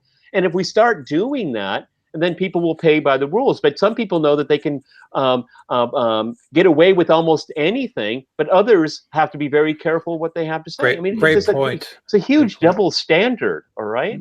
Tucker Carlson makes that point all the time. He says it all the time when it comes to like Twitter or Facebook. What are the rules for getting banned? Because you could say the point of what happened with the Covington High School kids, and a lot of the people that did incite violence to kids that were under 18 are still on Twitter. And Tim Pool pointed this out as well on the Joe Rogan podcast, while other people who align more on the conservative right got banned for much lesser things, for just typing in the word "learn to code." Yeah. Well, I mean, so what are the rules? That's what people are asking. It's the whole immigration debate in Europe and the United States. Is additional immigration good or bad? And if you say it's bad, well, then you're just silenced. But I mean, we want to have a discussion about it. Okay, we want to come to some kind of conclusion, maybe a meeting of minds. But if you just cut off one part of the argument, that it's a monoculture. And I'm glad that Alexander Mercouris brought up the Soviet Union, because that was a monopolitical culture. And look what happened to it. All right, guys, we go on for about another 20, 25 more minutes. Let's go through some super chats that are on some of the topics that we've discussed and some that are a little off topic. So Peter from Brody, what do you think about Andrew Yang? This is an interesting question. I've heard some interviews from Andrew Yang. He's an interesting candidate. Don't know much about him. Sorry. Alexander, have you followed Andrew Yang? I have just seen a few things about this, and I find this very, very, very interesting. But this is where I have my problems. I don't really have that kind of knowledge of American politics that enables me to really talk about this. But it seems to me that he is beginning to move into that political space which the Donald Trump insurrectionary candidacy back in 2016 created. So I am not sure what to make of this. I'm not sure how serious this is. Well, but I think he's gaining some momentum, and yes. I will say this about him on the censorship topic that we've talked about. Yes, he is the first Democrat candidate that I've heard who has said that we need to clean up the social media, Facebook, Twitter, YouTube censorship. We need to address it, and they need to stop censoring free speech. Yes. So that was pretty interesting coming out from a Democrat candidate. Doesn't he also talk about universal income? Because he does talk about universal income and universal health care. He does. Yeah, but that's picking up. That's picking up currency. A lot of people are talking about that. And actually, I'm going to blow some people's minds here. I've actually listened to some discussions about how it might work, and you might be a little surprised. Okay, but no. But see, this is what we're all about. I'm not going to say prima facie, I'm not going to talk about a topic and say, all right, get my interest, whet my appetite here, because we need to solve some of these problems. This is what I get so frustrated with, is that people don't want to talk to each other. And we have so many people in power that want to shut off voices, all right? Yes. So that's the dilemma that we face right now. I mean, look at Beto O'Rourke, or I call him Beta, and Robert Francis. Okay, these people, But see, this is one of the things that I predicted would happen. Is they're going to try to create a mirror Trump, or an anti-Trump. Yes. In the Democratic Party. And this guy's a joke. I mean, obviously. Okay. But on the cover of Vanity Fair, I mean, oh, look at the coordination. He comes out and he's on Vanity Fair. I mean, perfect coordination right there. And it's not about politics. It's about virtue signaling and creating a politics of a political discourse of motion.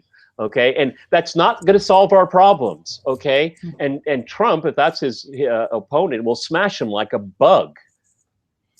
Yeah, Trump will dispose of if he were to go up. I don't think Beto has any chance to get the nomination, but Trump would dismantle him very, very well. One of the interesting thing here, guys, is that we may have for the first time in American presidential history where the incumbent president will be able on Twitter to give a blow-by-blow coverage of the Democratic primary. That has never happened, and it's going to be hilarious watching it happen, okay? I mean, we've been very critical of Trump's policies here, but his instincts on how to get attention and move and control the narrative is uncanny. Absolutely. I just wish he could convert it into policy. Right. Good point. I mean, I'm still of the mindset that this field is getting very crowded, and don't be surprised if you see a Hillary Clinton jump in last minute and clear out all these B-list candidates. Yes. I would like to see Tulsi Gabbard. Of course, I think she's the best of the bunch there, but she doesn't have a chance. The media's not going to let her get any airtime. It's gonna be. It's so early here, but I think where our gut instinct is right is that, it's going to be a Biden, it's going to be a Hillary that's going to come in and sweep it all out, because they all look like squabbling children. Okay, they really do. And they're all affected by Trump derangement syndrome.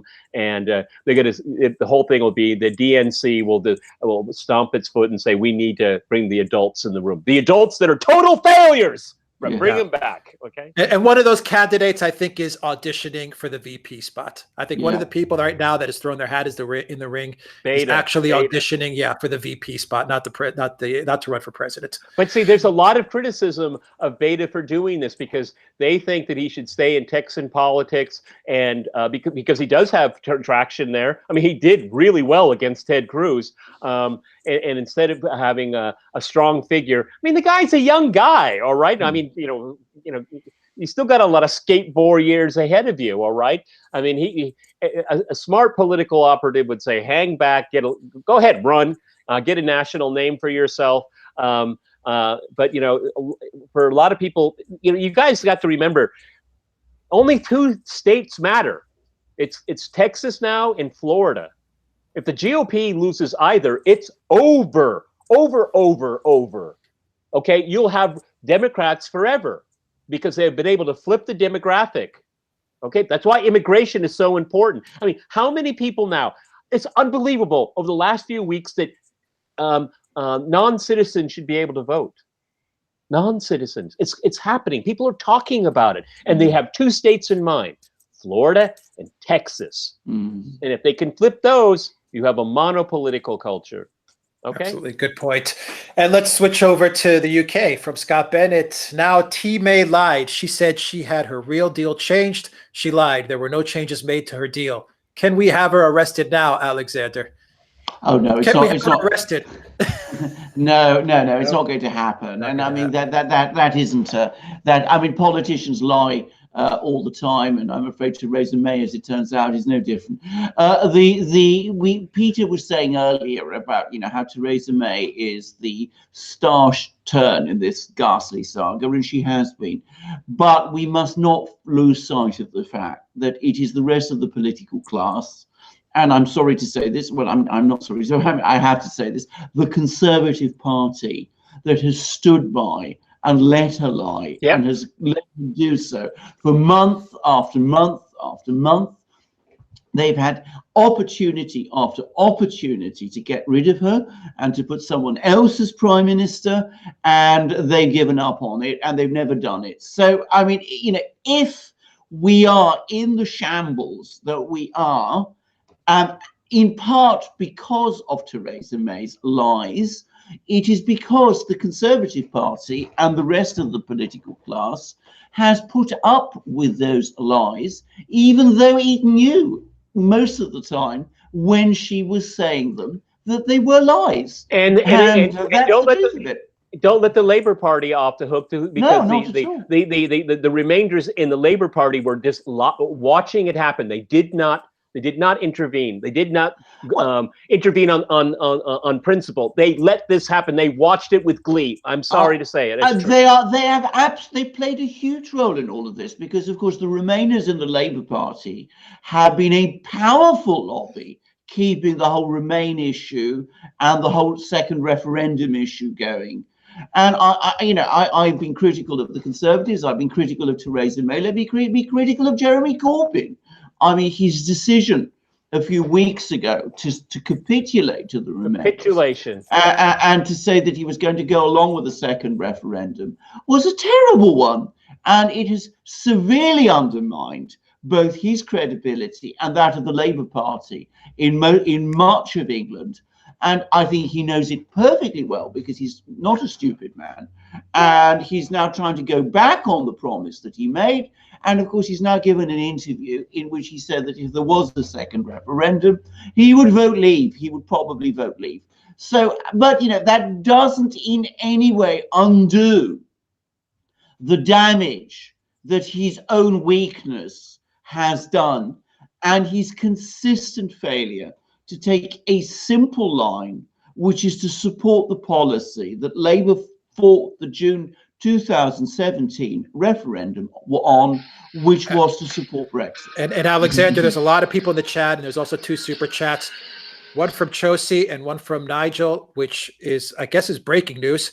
But it says that Bercow just announced he will not let May have a third vote unless the deal is significantly different from the last 2. Opinion, Alexander. And from Nigel, Speaker of the House of Commons, John Bercow has announced he will block third vote of May's Brexit deal unless her government makes substantial changes. Alexander, what say you? Well, first of all, I made some extremely strong criticisms of Bercow in the past. I'm glad that he has taken this decision, and he is right. And can I just go back to the last video we did on this very subject, the very last Brexit video? I said in that video that holding in the same parliamentary session repeated votes on something which has been repeatedly rejected is contrary to parliamentary rules. And I was astonished, in fact, not just astonished, I was horrified that it was happening. And good for Bercow that he has finally said, enough's enough. You've been really critical no. of him. And I have been extremely critical of him. I mean, he's bent the rules because he supports Remain to an extreme degree. But on this one, I give credit. He is right. All right, Peter from Pegwood. I'm sorry, have you ever seen someone in the same position so vocal? Because I haven't. Well, as vocal as whom? As we were talking about the speaker. Oh no! I mean, if I may say so, I mean, Bercow has grossly abused his position as speaker. I mean, the speaker's function is to act as an impartial arbiter. They're often quite strong personalities, but they've never been so self-promoting as Bercow has it's been. unbelievable. It looks like they've never twisted it. Yeah. It's like he acts like he's viceroy of the house. Well, I know, absolutely. But as I said, I don't like the man. I don't think he's been a good speaker at all. But on the principle we always follow on our programs, when somebody does the right thing, we say so. And on this occasion, he's done the right thing. That has always been the understood procedure, and it astonished me that nobody was making the point up to now, and good for Bercow that he has done so. All right, Peter from Pegwood's fan, Canada will be all over the Ukraine election because the second largest Ukraine diaspora, lots of politicians in Canadian politics with Ukrainian background. That's a good point. There are a lot of Ukrainians in Canada. Yep. So actually, a very good friend of mine, I think a mutual friend, she's Canadian, spent a lot of time in Russia, and she told me that when she's in Canada, because she lived in Russia, she loves Russia, her children were brought up in Russia, and she said she has to keep a very low profile when she talks about Ukrainian politics in Russia, because there's a lot of support for Ukraine in Canada. And it's one of the reasons why the foreign minister has been very vocal. But it's big hat, no cattle. I mean, the Canadians can only do so much there, okay? And you have to remember, too, is that when they talk about Ukrainian politics in Canada, it's a local issue. It's a domestic issue. It doesn't necessarily mean it packs a punch at the end of the day. All right. Alexander from Pegwood's fan, Erdogan needs to make peace with Assad and Syria if he wants to save face. White helmets, you think Erdogan can stop them from staging new attacks? You think Erdogan can stop the white helmets from staging new attacks and new false flags? Right. Can we just get to the first part of the question, because I think it's a critically important one. Yes, Erdogan needs to do a deal with Assad and needs to patch up this quarrel with Assad, not in order to save face, but for the good of Turkey, which is the country of which he is president. This adventure that Erdogan launched Turkey into of supporting regime change in Syria has been a disaster for Turkey. The capital D. It has led to violence on Turkey's border, and it has spread that culture of violence into Turkey itself, with all these dangerous jihadi militants now based in Turkey. And he's going to need Assad's help, and he's going to need the help of the Russians to try and get control of these desperate and violent people who he has been supporting for so long. Now, will he stop the white helmets and other people from staging false flag attacks? I should just let our viewers know that the Russian General Staff has given another warning that a false flag attack is being prepared. So this has just come out in the last few hours. Now, can Erdogan hold the line about this?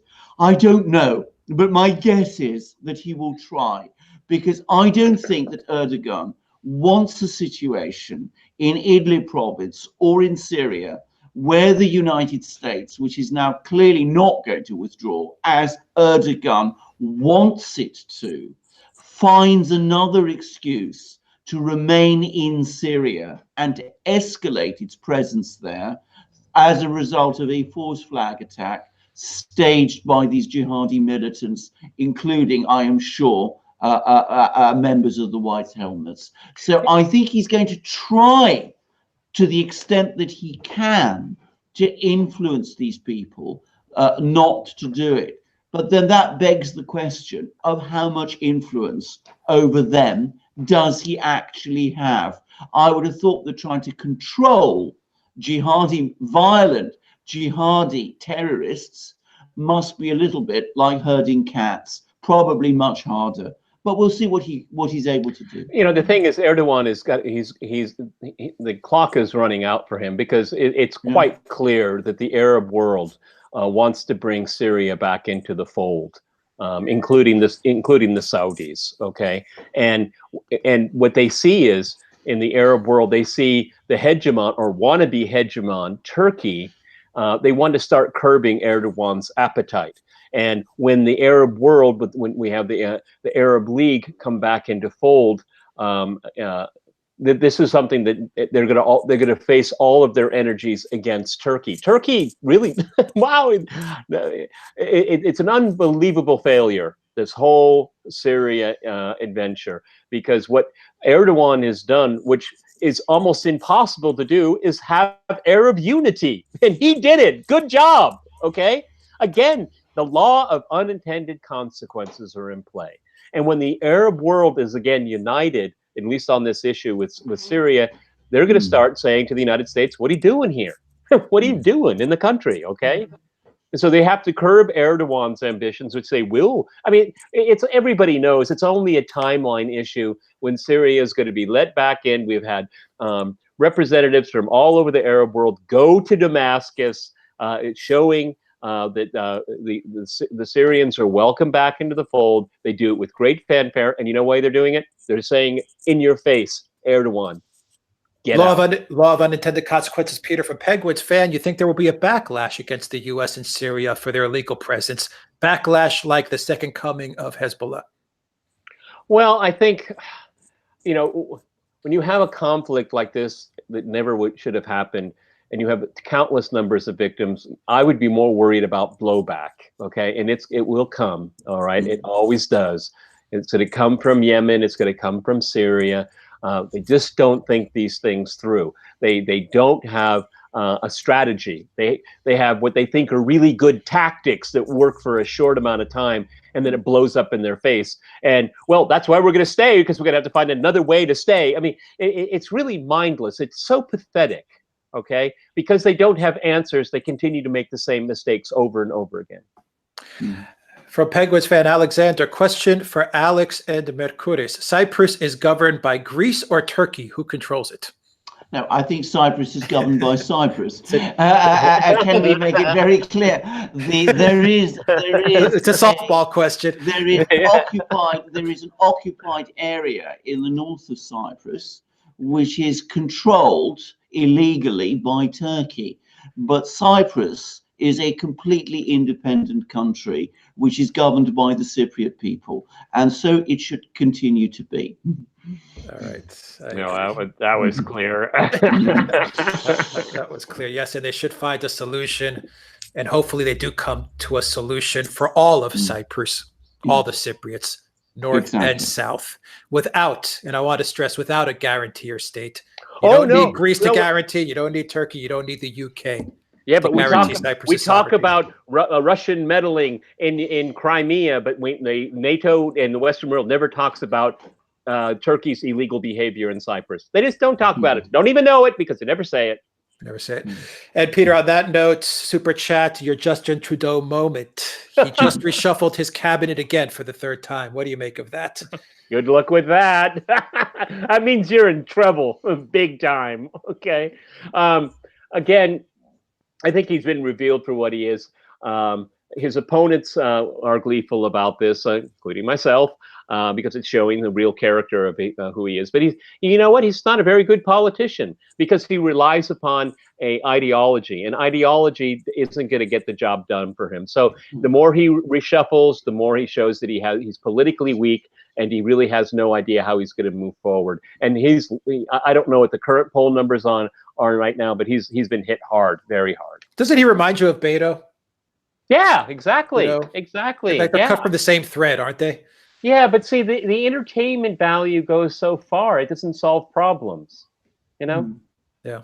You know, a lot of platitudes, not a lot much of policy. platitudes. You know, I would rather have someone that is quiet, a little bit boring, and brilliant at policy. I would love that. Okay, because I don't care about. I mean, what the political class has been able to do is convince enough people in the populace that politics is really a form of entertainment, and now because politics is a form of entertainment, it's the best entertainers within that paradigm that succeed, and they just suck out the policy because, well, that's already been decided by us. Now we'll let you talk about all the other little newfangled things about, you know, can you say this word?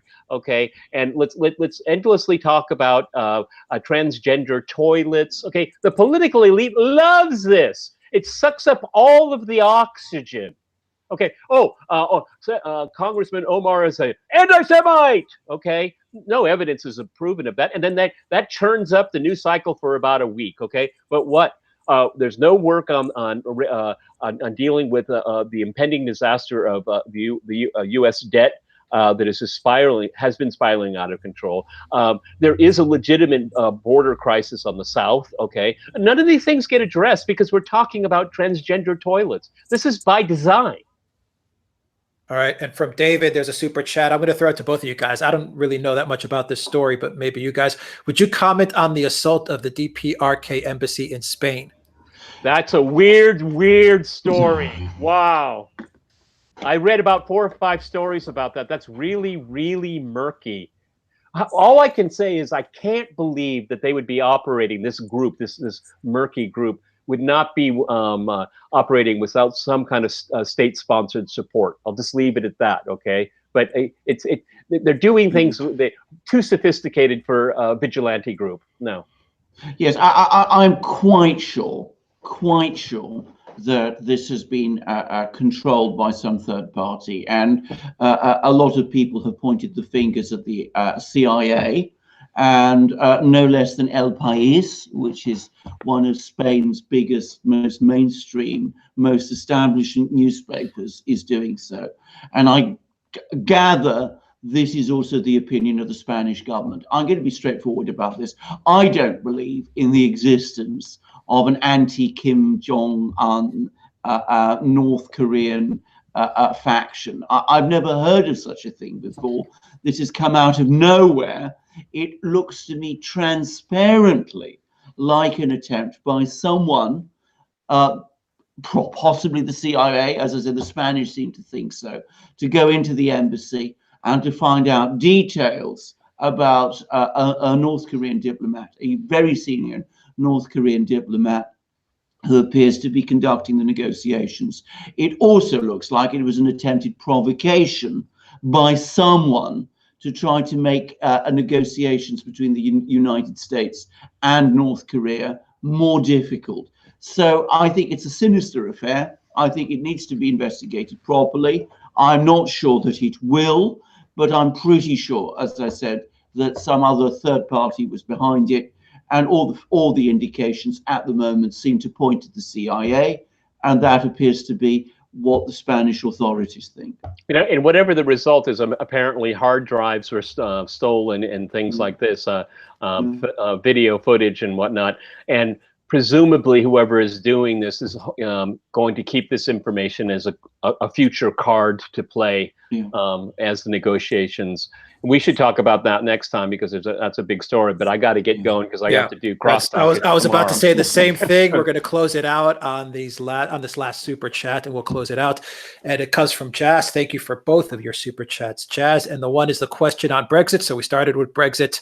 We will close out with Brexit. So I'll throw this one over to you, Alexander. Exit Brexit. Okay. Exit to close it out. The Speaker of the House has just blocked Theresa May's MV3. What are now the options? Can the PM be removed by Conservative MPs?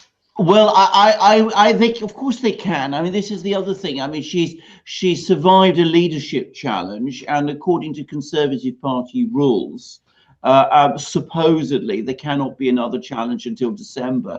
That is ridiculous. I mean, at the end of the day, what they now need to do is come along to Theresa May, say to her very clearly, your plan has been rejected by the House of Commons. It is unacceptable to the Conservative Party.